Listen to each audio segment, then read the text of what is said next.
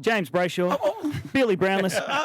This is Triple M's Rush Hour. Oh, now, Fat, we were talking yesterday. I think it was yesterday.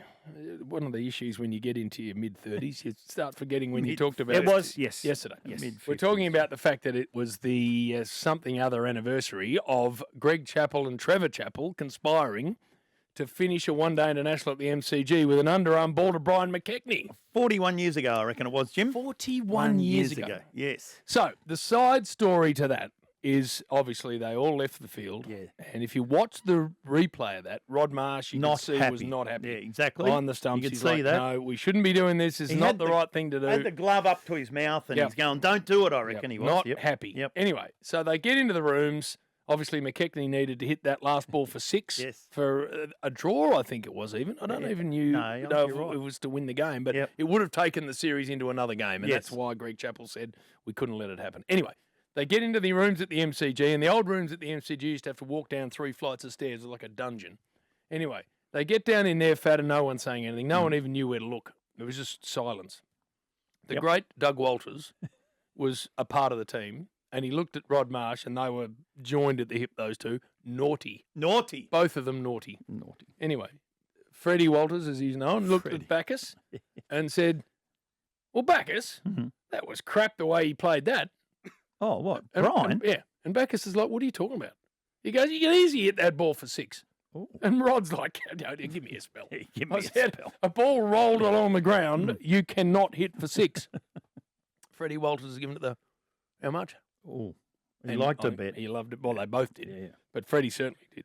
So Bacchus apparently is given, all right, 100. 100. A lot of money 40 years ago. Back then, $100 says you can't hit a ball rolling along the ground for 6. Right. So anyway, the next stop for the Australian team was Sydney. And in the old days, they had the SCG, which is very similar to what it is now in dimension. But they had the second ground, a little ground next to it, which is now where the nets are and the aquatic centre and all that. That used to be the Sydney SCG number 2. Yep. So they've gone, right, we've got to sort this out. Ooh. So they've grabbed someone, might have been Skull O'Keefe or someone like that as the umpire, because you needed an umpire. Bacchus to underarm the ball, and Freddie Walters with the bat in hand. Interesting. They go out into the middle of the SCG, put a set of stumps in. Yep. In comes Bacchus, $100 on the line. Yes. Rolls the ball along the ground. Yep. Doug Walters charges so he can't be LBW. Oh, yes. Puts his foot out, the ball hits his foot, pops up, smacks it into the road. 6. Walks off, $100 in his pocket. Fair dinkum. That's it. That actually happened. That 100% happened. Just popped it up and went whack. Yeah. So you know when a ball's rolling at you, you just flick it up with your foot? Yeah. But he charged because he knew if he did that from the crease, Rod Marsh would claim he was LBW. Did he pay up? Oh, yeah. Out came 100, jumped in. Ooh. Bill. That's genius. Is Doug Walters still with us? Oh, my word, he is. I'd love to get him on and confirm that. No, let's do it. Because, A, he's one of the great men ever, Dougie Walters. But secondly, that's the sort of genius he possessed.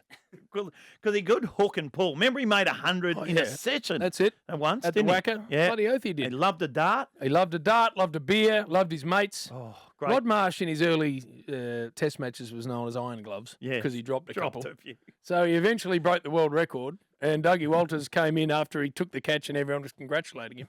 And he said, mate, if you'd caught all those catches in the first couple of games, you would have broken it last year.